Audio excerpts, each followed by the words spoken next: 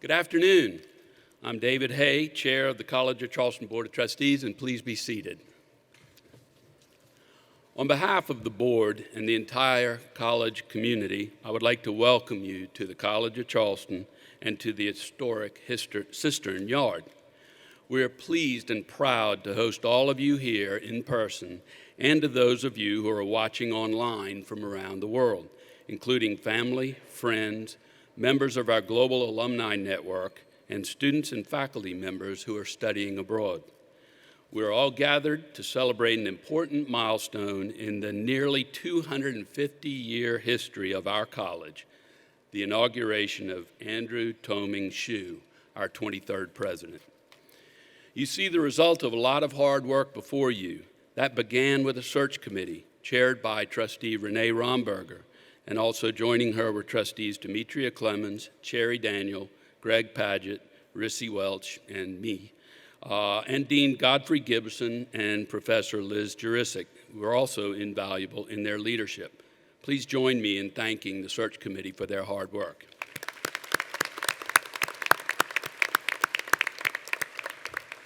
Today truly is a global celebration of our college and our new president.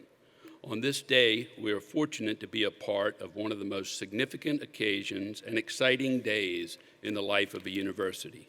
An inauguration affords us the opportunity to come together as a campus community and as an at-large higher education community to celebrate a new president in a university's history. It also provides us an opportunity to look at where we have been and envision where we are going. In short, today's ceremony can be viewed through the prism of the tradition of our storied 250-year history and the transformation of all that is yet to come. Indeed, it is an honor to be part of the inauguration of President Andrew Shue, to celebrate him, to wish him well, and to reaffirm our commitment to the College of Charleston and our university mission. In that spirit, coming here together, it is fitting then that each of our speakers giving greetings to the President are representing an important constituency of the College of Charleston in addition to his alma mater. Before I turn the lectern over to these many speakers after me, I just want to say a few words directly to President Shue. President Shue, Andrew, your deep love of learning, your intellect and sense of curiosity, and your strong focus on our students and their experience will serve the college very well. We are fortunate to have you as our president and the transformational leader you will be when you usher us into the next 250 years of our great story. I can't wait to see how, under your leadership, the college maintains its traditions and transforms into its next great iteration. With you at the helm, our future is incredibly bright, and I look forward to supporting you and working with you to achieve many great things for our university. Thank you.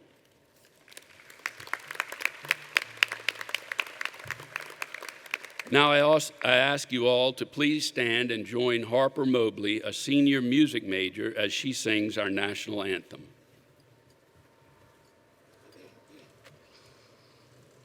Oh, say, can you see by the dawn's early light what so proudly we hailed at the twilight's last gleaming, whose broad stripes and bright stars through the perilous fight o'er the ramparts we watched were so gallantly streaming, and the rockets' red glare, the bombs bursting in air, gave proof through the night that our flag was still there.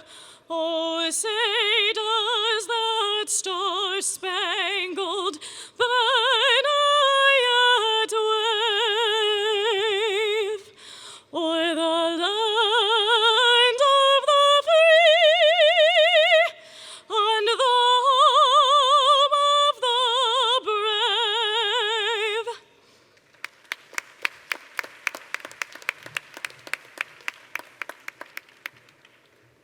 Thank you, Harper. That was beautiful. Before we turn to the greetings portion of our program, I want to point out one thing you may have been wondering about. You'll notice this afternoon that we have flags on display all around the cistern yard. These flags represent the home countries of our international students, who are real-life examples of the global reach of the college. Now it's my pleasure to welcome the Honorable John J. Tecklenburg, Mayor of Charleston, to the lectern.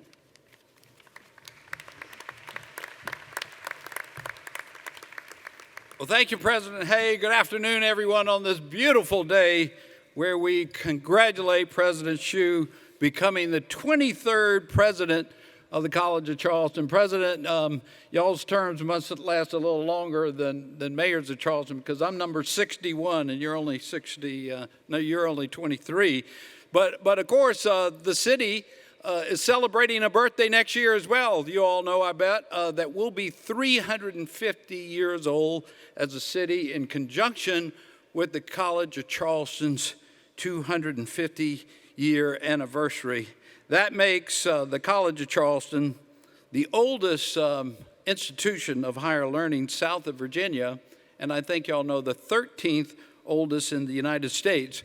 But you may not know, unless you read all the liner notes, that in 1837 that the management of the city, of the college, came underneath the city of Charleston, and it became a municipal college. So for well over 100 years, this was a municipal college. Now, when we gave it back up, it was a little run down, President Hsu, and things had gone downhill a little bit, I admit. I think enrollment was below 500 students at that time. But now that you've got it fixed up and looking good, we'd like to have it back now. And we are a place of history. We celebrate our heritage, our history. We deeply value our history and traditions here in Charleston. But I'll tell you, it's not always a pretty story that we tell. And I was so proud just at 10 o'clock this morning, y'all, that we had the groundbreaking after so many years of fundraising and efforts by Mayor Riley and so many in our community. We had the groundbreaking for the International African American Museum here in Charleston. It's going to be a real incredible resource. So as the city has grown and transformed over our years, so has this college. And we look forward to your leadership. I'm so proud to officially welcome you, President Hsu, for our ever-evolving community, and look forward to the role that you and I and all of you will play together for our bright future together. So I have this little piece of the pie here to present to you to welcome and congratulations, Mr. President. You will set a great tradition for a 250-year institution in our beautiful 350-year-old city of Charleston. Thank you very much. Stay with me. But I have one more present. When they said in my notes that I was supposed to have a gift, I went out and bought a special gift for the president. You see, just a week ago, Friday night, we went out on the town. Now, President Hayes is still mad at me for not inviting him, but we started at 10 o'clock up on Upper King Street at Leon's and went all the way down to AC's. I was wanting to show President Hsu where some of his students are on a Friday night. Now, I'm sure, President, that most of them were graduate students, because they must have been all over 21 to be lined up at those bars. So as we were coming down from Leon's down Upper King Street, it wasn't on our tour, but, well, you know, I know the place, the recovery room. And so I was sharing with Mr. President just how famous a place this was, that it's actually known as the #1 seller of Pabst Blue Ribbon in America. I mean, that's an amazing accolade, isn't it? And he looked kind of perplexed, like maybe that isn't his normal beverage or something. So, Mr. President, I brought you another present. Excuse the fancy wrapper, but I got you a 12-pack of PBR. And, thank you so much. Oh, so he'll be able to appreciate some of the finer southern delicacies that we have down here.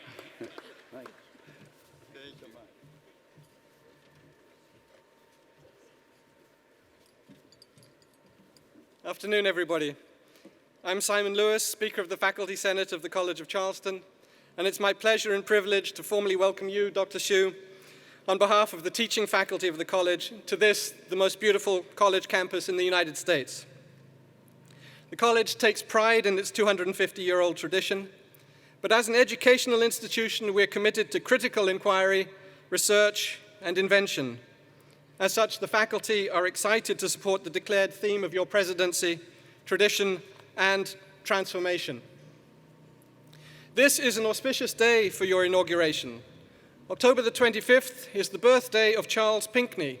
Born in 1757 into one of Charleston's elite families, Pinckney grew up to be one of the college's founders and one of 3 of those founders to also sign the United States Constitution. Today is auspicious, however, not just because of the link to the college's tradition, but also because it is a day of transformation. As Mayor Tecklenburg just said, this very morning saw another formal ceremony inaugurating a new era in this city, the groundbreaking for the International African American Museum, a museum honoring men and women who, 250 years ago, were not included in the phrase, "we the people." In the same way the city's traditions have transformed towards openness of access to its temples and inclusivity in its customs and laws, the 250-year history of the college has likewise seen a trajectory of expanding liberty. Exclusively male and white for the first 150 years of its existence, the college opened its doors to women exactly 100 years ago and to African Americans about 50 years ago. Under your leadership, Dr. Hsu, we look to continue that trajectory, fostering the wisdom that is itself liberty, maintaining our foundational principle of encouraging and instituting youth in the several branches of liberal education, but transforming that tradition in ways consonant with the needs of the 21st century. Welcome, sir.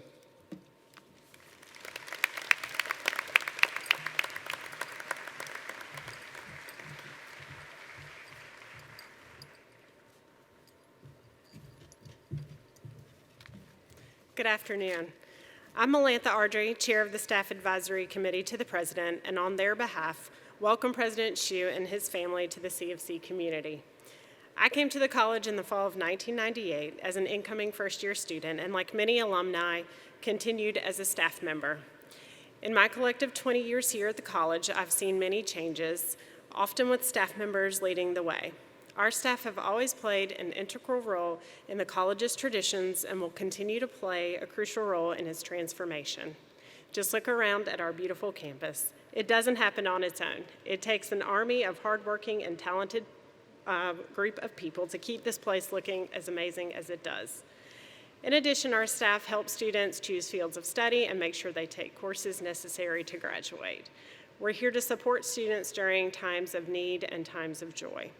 Staff members crunch valuable data, produce compelling stories, provide holistic health and wellness opportunities, maintain historic and modern buildings, fix computers and networks, help students find jobs, and the list goes on and on. And while we all serve in different roles, we also have one thing in common. We're proud members of this community, and we're excited about our future. President Hsu, the staff of the College of Charleston stand ready to support you and help realize a shared vision for this truly special university. Welcome and go Cougars.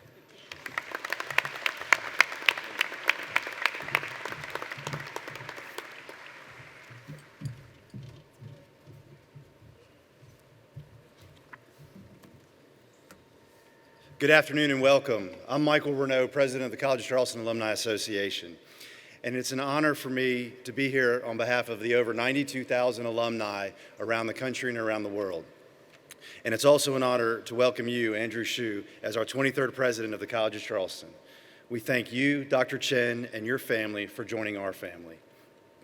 It's most appropriate that we're here at the heart of our beautiful campus, surrounded by the many symbols that hold profound meaning for all of our alumni. Under the sheltering canopy of our majestic live oaks, in the shadow of iconic Randolph Hall behind me, with view of Porter's Lodge in front of me and Toll Library to the right, atop the cistern in which tens of thousands of alumni have crossed to graduate. Throughout the College of Charleston's history, alumni have been stewards of our beloved institution. Indeed, the mission of the Alumni Association is quite simple: to serve the college. We know you will grow to love and admire it as much as we do. In the coming year, as we celebrate our 250th anniversary, please know that alumni will stand with you as we recall our history with its moments of both pride and pain. Alumni will also stand with you as we honor our traditions. And lastly, alumni will stand with you as we transform our future. May it be even brighter than our past. Welcome.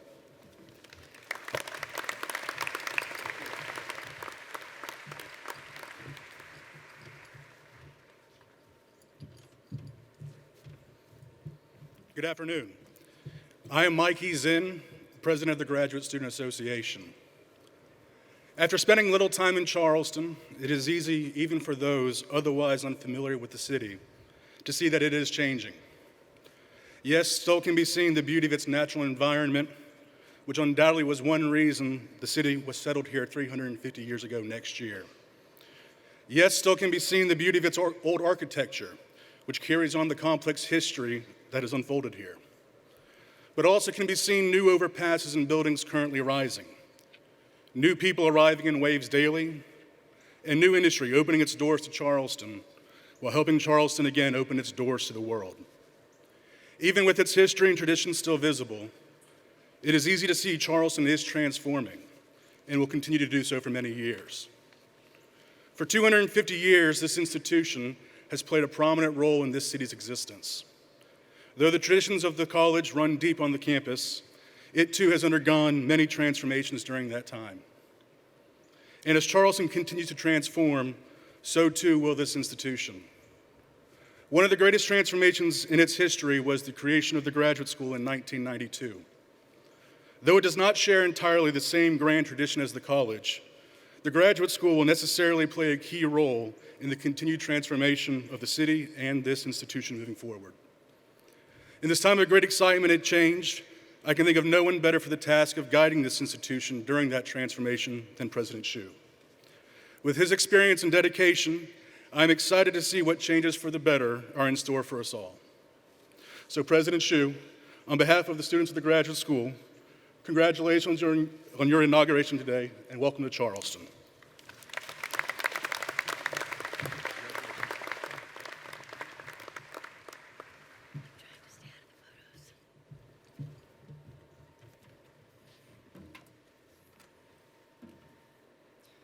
I am George Hicks, President of the Student Government Association, and on behalf of our 10,000 undergraduate students, I'm elated to welcome the college's 23rd president, Andrew T. Hsu, to our College of Charleston family. The inauguration of a new president is far more than the pomp and circumstance we see today. It is a nod to tradition and history, a dedication to integrity and honor, and, most importantly, a symbol of change and positive growth. President Hsu, your inauguration exemplifies all of these.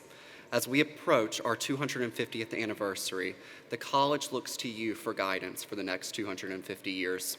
Further, we students look to you for guidance during our time here.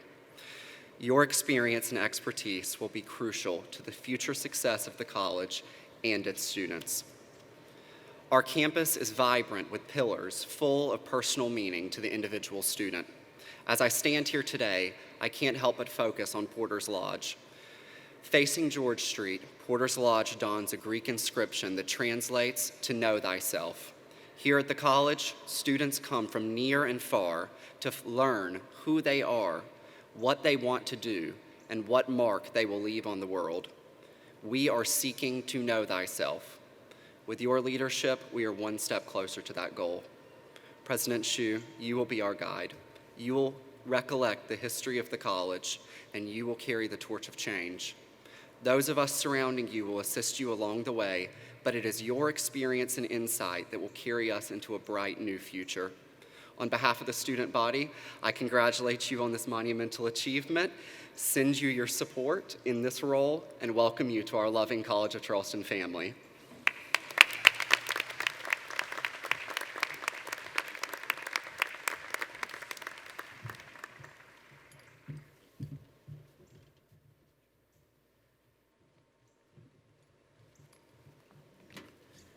Good afternoon, everybody.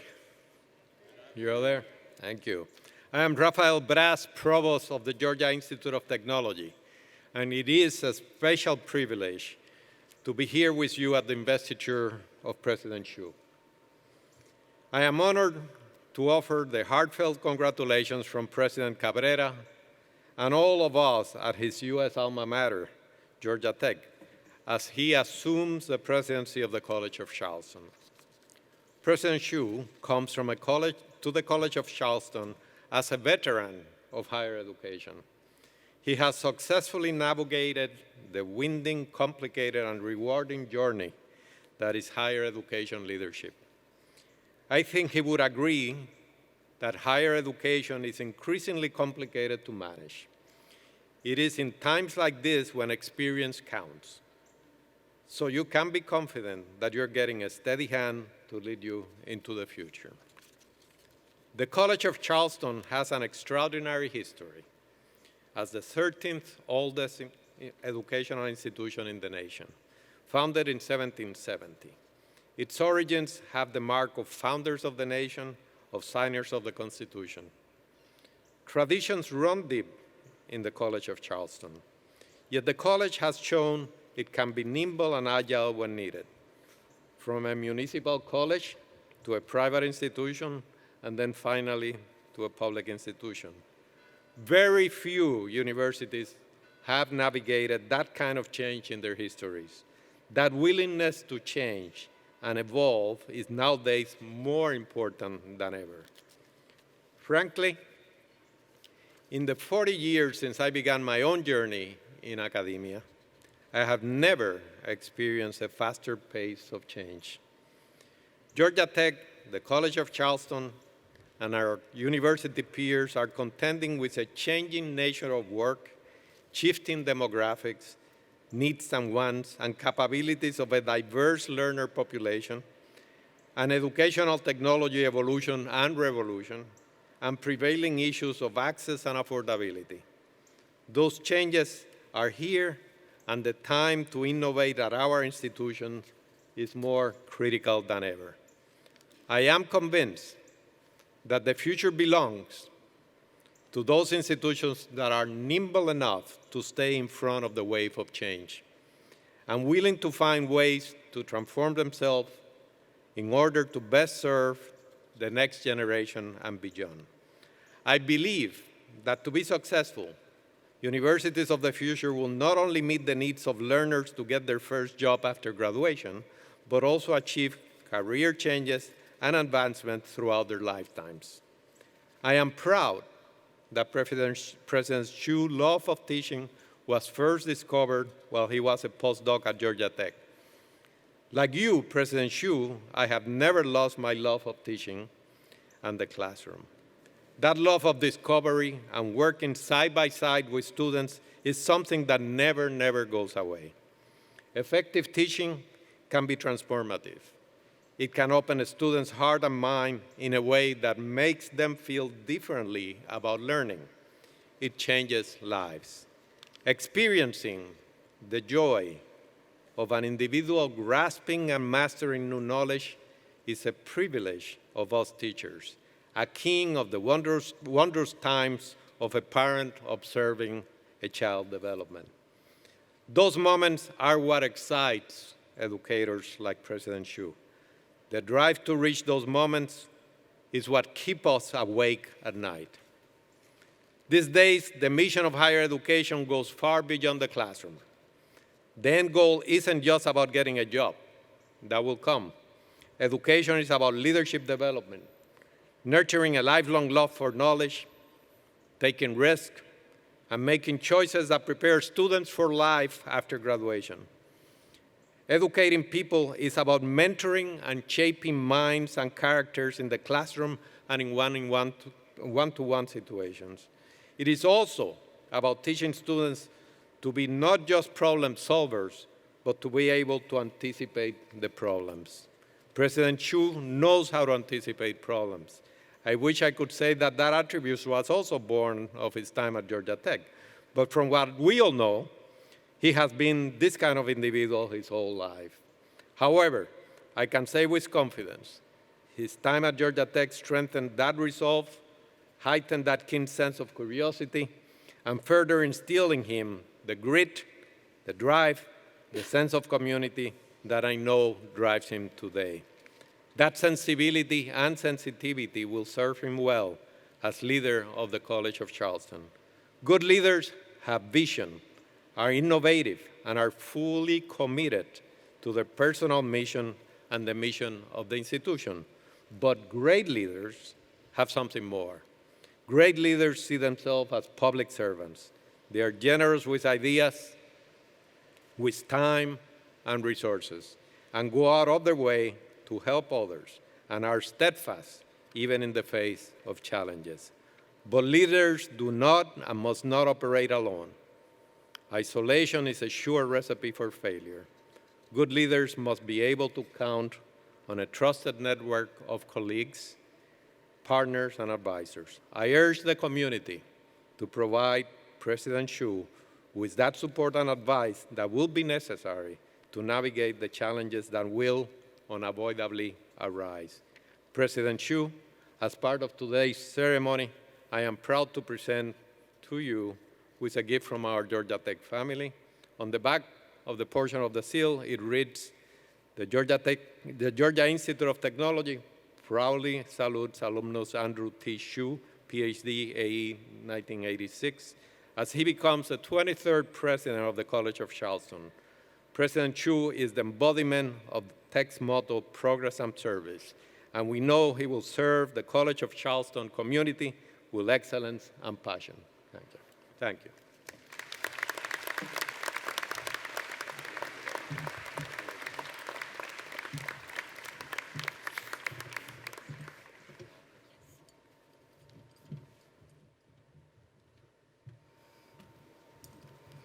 How is everybody?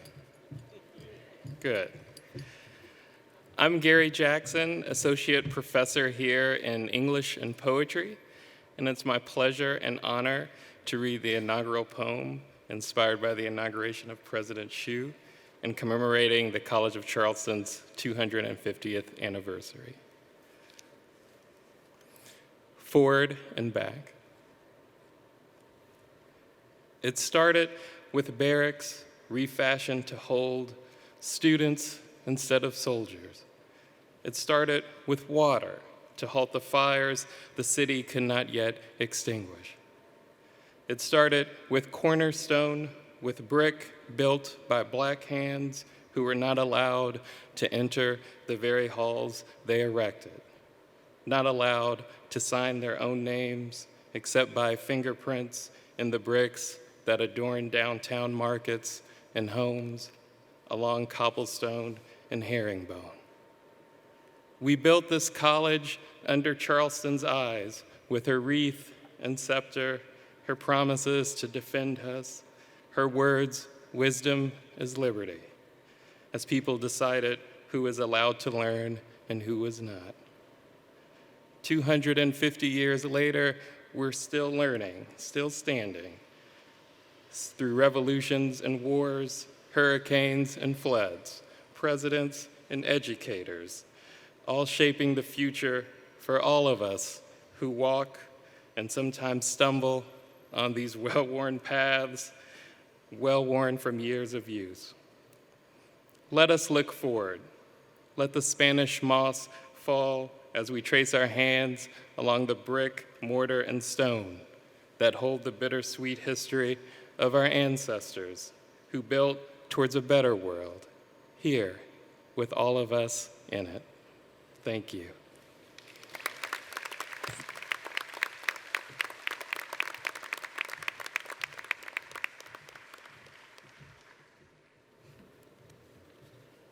Professor Jackson, thank you for sharing your gift of words with us today.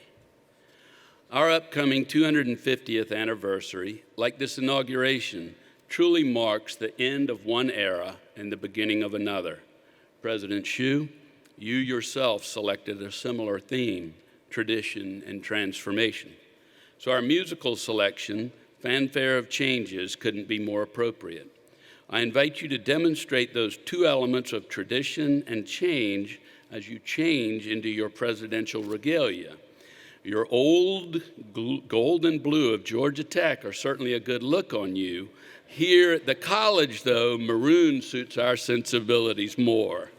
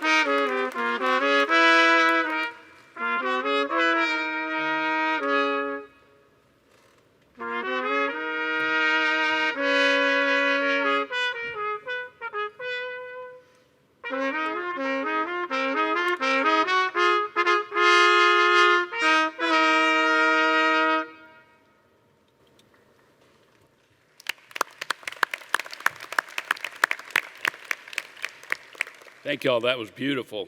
What a transformation, I love it.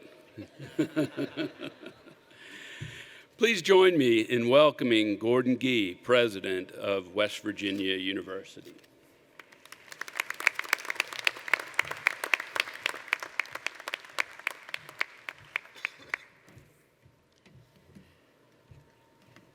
What are you going to do with the old robes, Andrew? Yeah, he's going to sell it. It's on eBay right now, I can tell you that. I know how this works, as a matter of fact. So, ladies and gentlemen, I am absolutely honored to be here today for the inauguration of my dear friend Andrew Sue, who is assuming the 23rd presidency of the College of Charleston. So when President Sue transitioned from teaching future aerospace engineers into higher education and leadership, he naturally looked around for the most well-respected and effective university president to serve as his mentor. Unfortunately, that person was not available, so he turned instead to me. After 4 decades in higher education and 40 years as a university president, I was able to offer President Sue much advice about planning and team building and more, and somehow the experience did not put him off higher education for good. In fact, when Andrew asked me about whether he should try for a university presidency, I told him he should have higher aspirations. Even though with ample preparation, leading a university holds plenty of surprises. And since I'm here acting as sort of the Dean of University Presidents, I hope Dr. Hsu will not mind if I offer another admonition. Since he is an engineer, I will put it this way. To construct a successful presidency, you must fuse three materials: thick skin, nerves like sewer pipes, and a good sense of humor. That means accepting that criticism is part and parcel of leadership. Some criticism can be constructive, showing you how to move forward. But Andrew, never let mindless criticism occupy space in your own mental landscape. It also means learning that humor is a wonderful tool for connecting with people, as long as you leave politics and your athletics program out of it. Most of all, it means respecting tradition while refusing to let them imprison you. So Andrew chose as his theme today tradition and transformation, and this college has an especially rich tradition reaching back even further than our nation's founding. But ladies and gentlemen, transformational leaders must liberate energies bound by long-held habits, including habits of the mind. We've always done things this way. How many of you have heard that? We've always done things this way is just not an acceptable rationale for anything in today's fast-changing world. And I know President Hsu understands that. Reflecting on the many turning points that led him from communist re-education camps in China to his current position, he once said, "Change is always an opportunity to have something that is better."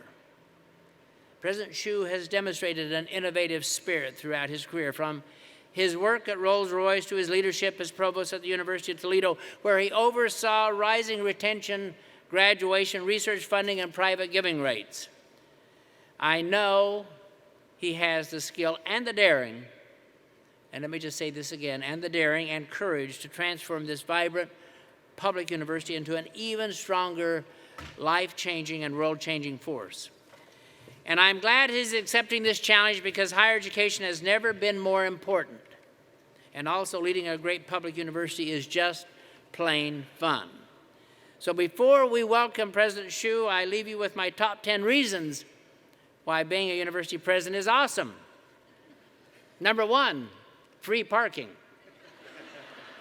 Number 2, you get to attend every single faculty senate meeting. Do you know how much the average person would give for that opportunity? Number 3, you get to live in a house with a name, the Reverend Robert Smith House, which sounds so much classier than just an address, doesn't it? But I've lived in subsidized public housing for 40 years. You'll enjoy it too, my friend. So Andrew, if you're nice to him, Clyde the Cougar might dance with you. Admittedly, though, the West Virginia University Mountaineer will not let me touch his musket. Your autograph, of course, is in high demand, at least on diplomas at graduation time. Through the college's Bully Pulpit series, you will probably get to meet many of our nation's leading politicians. And everyone loves politicians. You have constant access to Stono Preserve, where watching the birds surely provides a nice respite from the cuckoos and loons in the administration building. I'm sorry if I've offended anyone. I may need to get out of town. You can fill your speeches with engineering-themed phrases like building the future and blueprint for success, no matter how tiresome they grow to your listeners. You can bolster your happiness quotient with students just by releasing a study playlist that includes Weezer alongside Mozart. And finally, as a president, you will soon learn that the media hangs on every word you say. Trust me, there is no possible downside to that whatsoever. That's the reason I've held 7 university presidencies. The truth is, as the university president, you do command attention. You must set the tone from the top on this campus and ensure that the university vision and values are not just words on a page, but a way of life. So, ladies and gentlemen, I can honestly think of no one more able to nurture success than President Hsu, who overcame many obstacles to feed his hunger for knowledge and achieve his own American dream.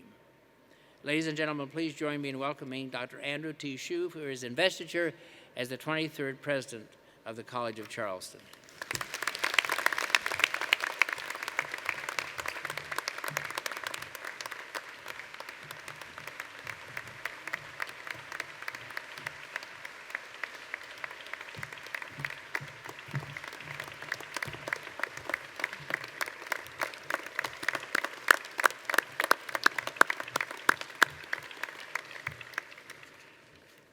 Andrew Toming Shue, as chair of the Board of Trustees, it is both my duty and my privilege to issue this charge to you today as you assume the office of the President of the College of Charleston.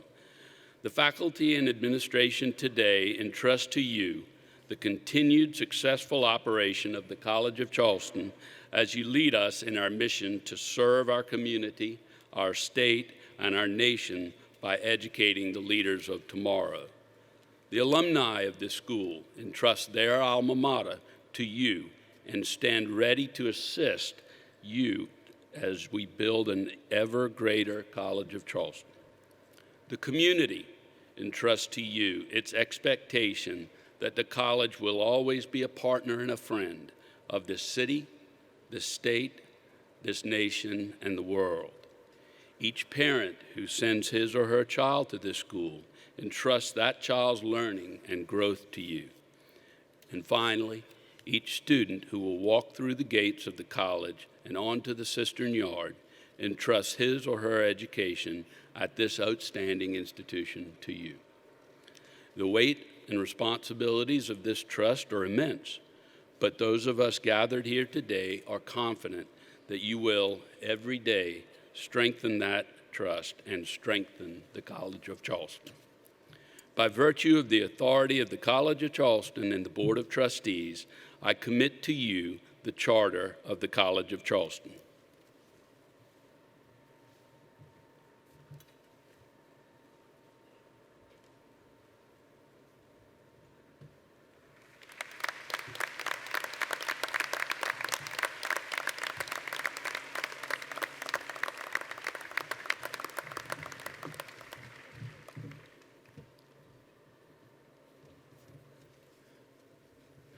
We're joined by past President Steve Osborne on the podium. The official chain of the office is the college's seal, which was first worn by the college's 15th president, Walter Coppedge. Andrew Toming Shue, I now affix the symbol of your office.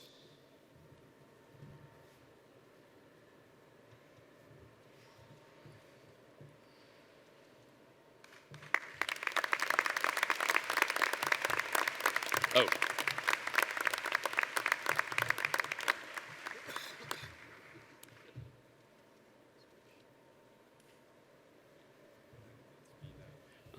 Still there.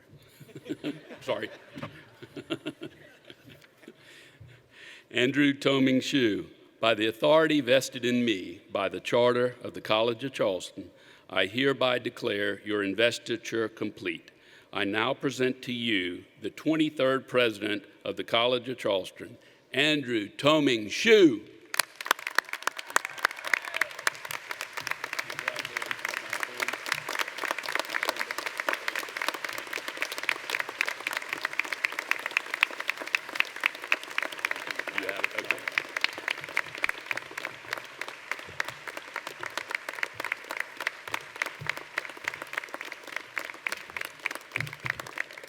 Thank you. Thank you. Good afternoon. Thank you all for being here and for that very warm welcome. What a great sight to see so many of you here in Cistern Yard today, especially so many good friends from years back.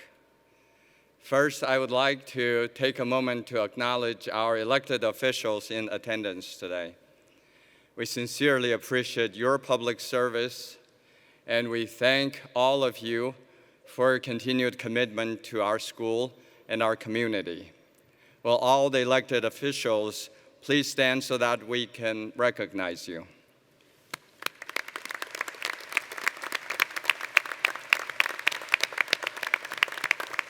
Thank you. Thank you. As I look out and see family, friends, and mentors, as well as think about the people who are watching this ceremony online and from above, I am reminded that I did not get to this moment alone. I want to say thank you to my father, my late mother, and my two sisters.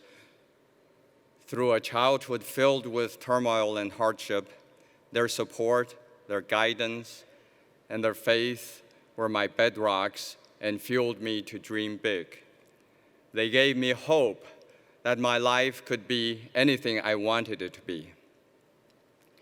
To my late aunts and uncles and all my cousins who are in the audience today, I want to say thank you for taking me in 40 years ago when I first arrived in the United States with just $26 in my pocket. All of my relatives went above and beyond to ensure that I receive an education that would transform me and provide me with a chance for success in this great country. I am certain that had it not been for their sustaining faith and kind generosity, I would not be here today. And of course, there's my wife of 30 years, Rong. You have been with me every step of the way. And I attribute so much of what I have been able to do in life to your being at my side. You've been supportive and full of advice. I could not have done this without you. Thank you for everything.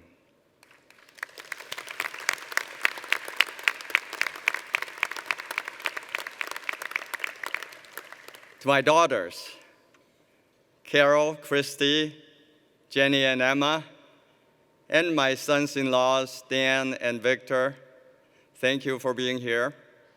I owe a special thanks to my daughters for always keeping me grounded and humble, for helping me choose my outfits. Just so you know, if I come in strange outfits, who's responsible for that? And for educating me about Spotify so that I can share my love of music with my students through playlists.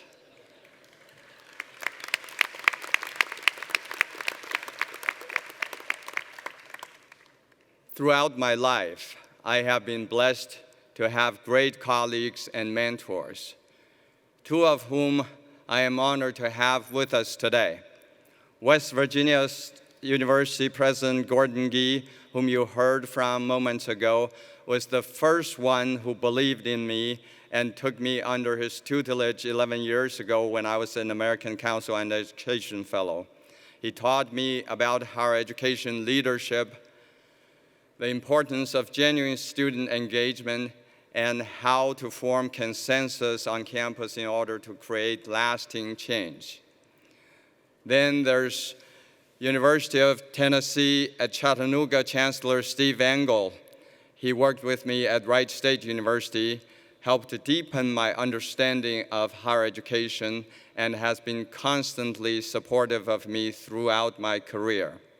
President Gee and Chancellor Engel, thank you for having taught me so well and for your support over the years. Thank you.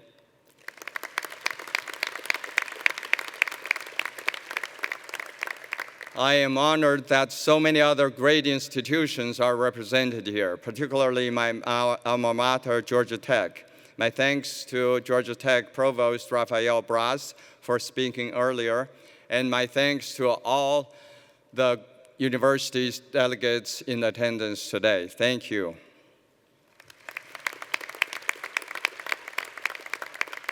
I also want to thank the Board of Trustees for your trust in me, especially Board Chair David Hay, Vice Chair Demetria Clemens, and the Chair of the Presidential Search Committee and Board Secretary Renee Romberger. The Board's leadership is what I and the entire College of Charleston community have relied on and will continue to rely on for our shared success. Thank you all for taking a chance on me. Thank you. The college would not be the university it is today without the work of my predecessors, particularly the ones who are still with us today: Steve Osborne, Glenn McConnell, George Benson, Conrad Festa, Lee Higdon, Alexanders, and Ed Collins. I express my thanks to all of them for their thoughtful stewardship and leadership of this College of Charleston. Thank you.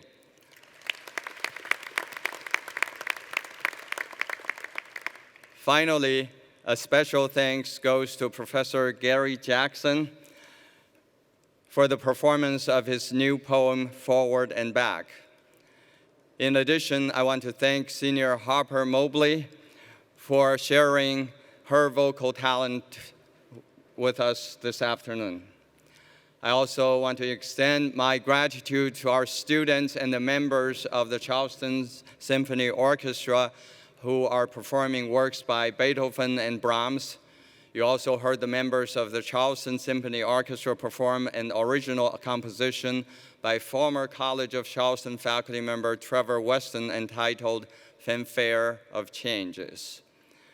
Let's give all of these incredibly talented people a round of applause. Thank you.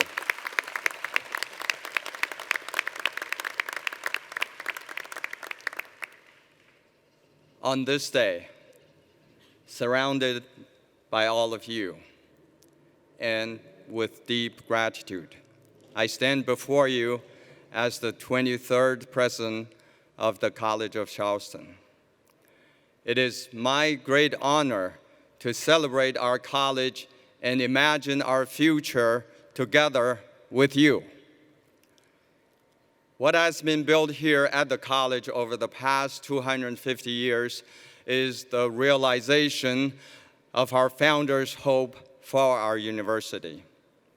We put our students and academic excellence first, and being true to that principle, it has brought us great distinction.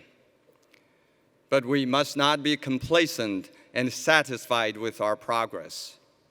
We must be driven, excited, and passionate about moving forward, and we must continue to transform our university.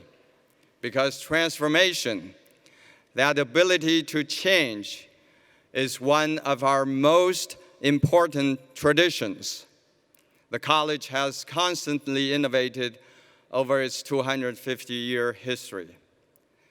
The very founding of this college was a great innovation in colonial South Carolina. Our founders knew right from the beginning that the world was changing and status quo was not an option. Take a look around you. What do you see? For me, I see the historic Cistern Yard, the heart and soul of our campus. But the Cistern Yard was not always that. Our first classes were held on the ground floor of the President's House over there on Glebe Street, that public assisted living that Dr. Gee was referring to.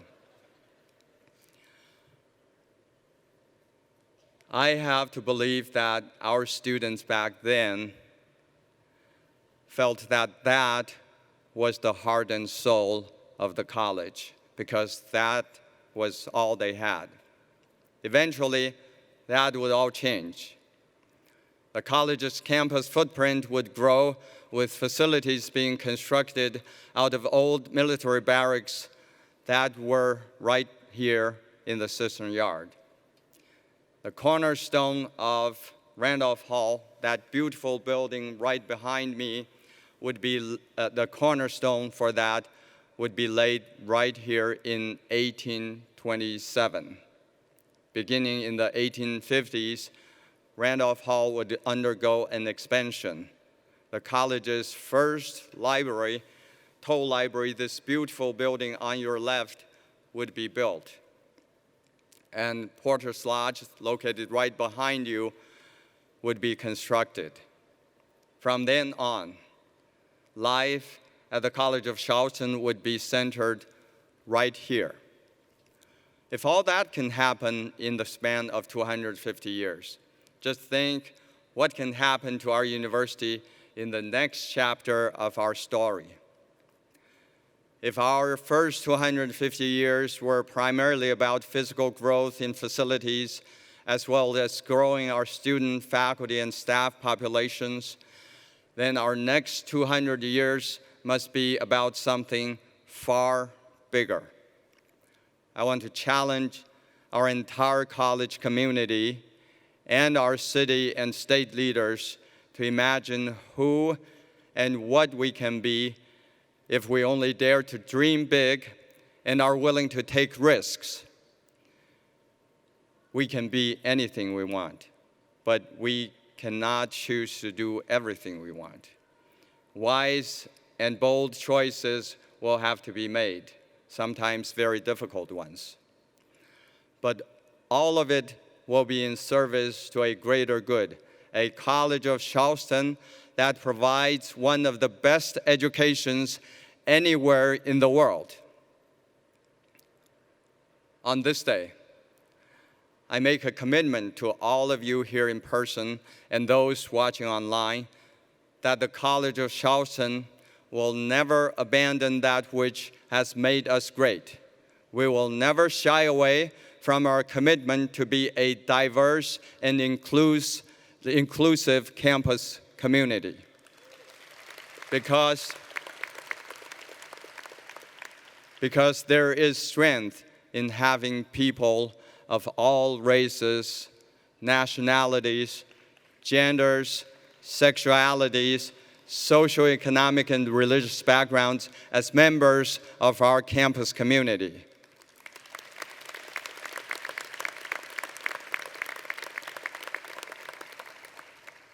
While some of our most historic structures were built using enslaved labor, an act that we know was grave sin with lasting consequences. We as an institution and as a society have come a long way and will continue to build on past and present efforts to open our gates to more diverse students, faculty, and staff.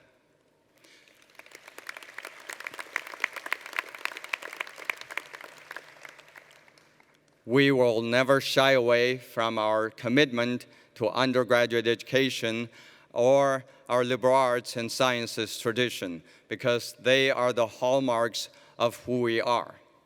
If you consider the subjects that have stood the test of time, it's been the arts, literature, music, and science that have had the most enduring historical significance. As the 13th oldest university in the United States and one of the oldest liberal arts and sciences institutions on this continent, we have a special responsibility to continue educating our students in these important areas without fail, without compromise. However, this does not mean that we should stay static. It doesn't mean we should shy away from change. Quite the contrary. Just as our founding fathers did 250 years ago, we need to embrace change or risk being left behind by a rapidly changing world. In the next few months, we will develop a shared vision of our future through our strategic planning process.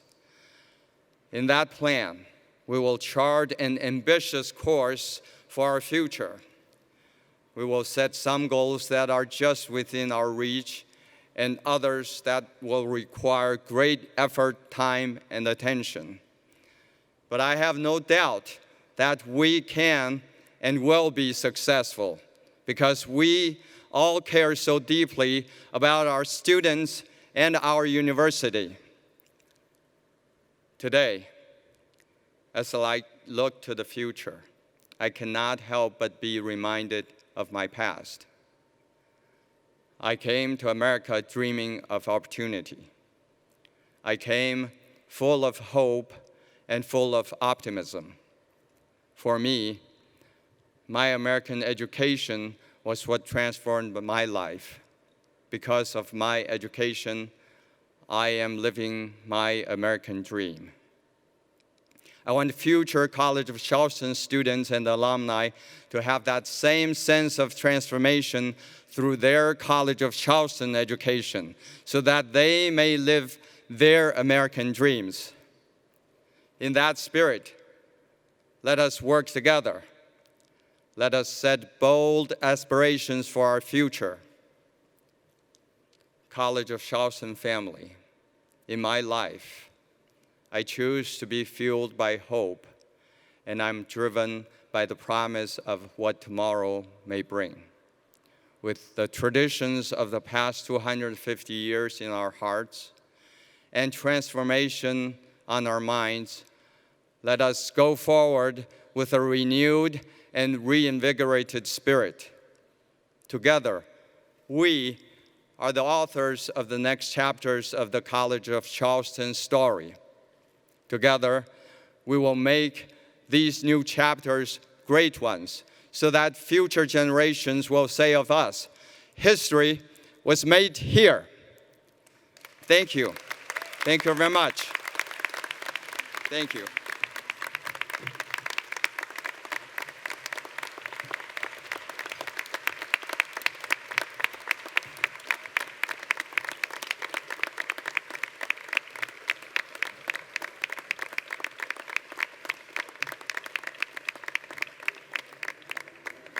Ladies and gentlemen, having just installed the 23rd president of the College of Charleston, we will sing our alma mater. Please stand as Harper Mobley leads us. The words may be found on the back cover of your program.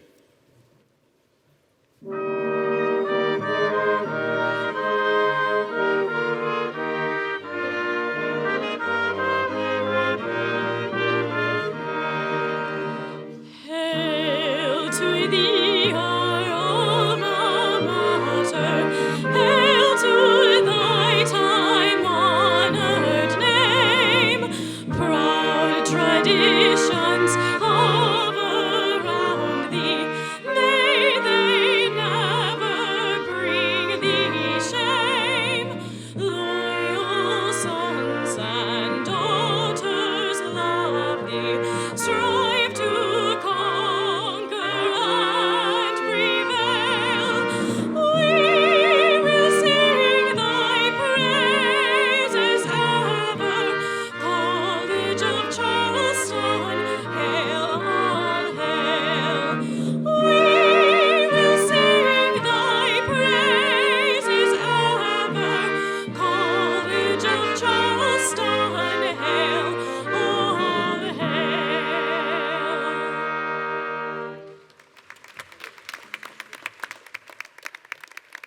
Thank you, Harper. Please be seated. And please remain seated during the recessional, which will be led by President Hsu. He and his family invite you to a reception on Rivers Green immediately following the recessional, and I'm sure it'll be spectacular because his girls are in charge. What a great day for the College of Charleston. Thank you all.